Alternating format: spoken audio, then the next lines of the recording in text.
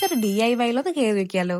ഞാൻ ഫസ്റ്റ് ടൈമാണ് കേട്ടോ മിസ്റ്റർ DIYയിൽ കയറുന്നത്. കയറിയപ്പോ തന്നെ കണ്ടതോ നെയിൽ എക്സ്റ്റൻഷൻസ് ആയിരുന്നു. അതും ഒരെണ്ണം എടുത്തു നോക്കിയപ്പോ അതിന്റെ പ്രൈസ് ജസ്റ്റ് 51 റുപ്പീസേ വരുന്നുള്ളൂ. പിന്നെ എന്റെ കണ്ണു പോയത് ഈ കീ ചെയിൻസിലേക്കാണ്. പക്ഷെ അതിനൊരു 100+ സംതിങ് ഒക്കെ ഉണ്ടായിരുന്നു. പക്ഷെ കാണാനൊക്കെ ക്യൂട്ടാണ്. പക്ഷെ ഞാൻ ഇതാ തിരിച്ചു വെക്കാൻ വേണ്ടി പോവാണ്. പിന്നെ എന്റെ കണ്ണുകൾ എത്തിയത് ഈ ഷീറ്റ് മാസ്കിലേക്കും ലിപ് ബാമിലേക്കും ഒക്കെ ആയിരുന്നു. എല്ലാം നല്ലതായിരുന്നു. ദെൻ ഈ ഒരു മഗിന്റെ സെക്ഷൻ ഗൈസ് അടിപൊളിയായിരുന്നു. ഒരുപാട് മഗ്സ് ഉണ്ട്, അതുപോലെ തന്നെ ഒരുപാട് ബൗൾസ് ഉണ്ട്.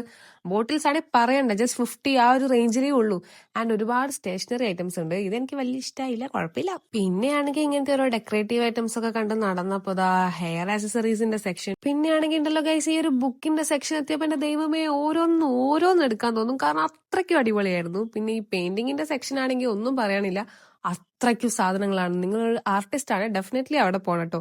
പിന്നെ നമുക്ക് കസ്റ്റമൈസേഷൻ ആയിട്ടുള്ള ഗിഫ്റ്റ് ഒക്കെ സെറ്റ് ചെയ്യാനുള്ള സ്ഥലമൊക്കെ ഉണ്ടായിരുന്നു. ഒരുപാട് ഇയറിംഗ്സും ചെയിൻസും എല്ലാം ഉണ്ടായിരുന്നു. ആൻഡ് നമുക്ക് ആവശ്യമുള്ള സാധനങ്ങളൊക്കെ മേടിച്ച് നമ്മൾ അവിടെ നിന്ന് വന്നു.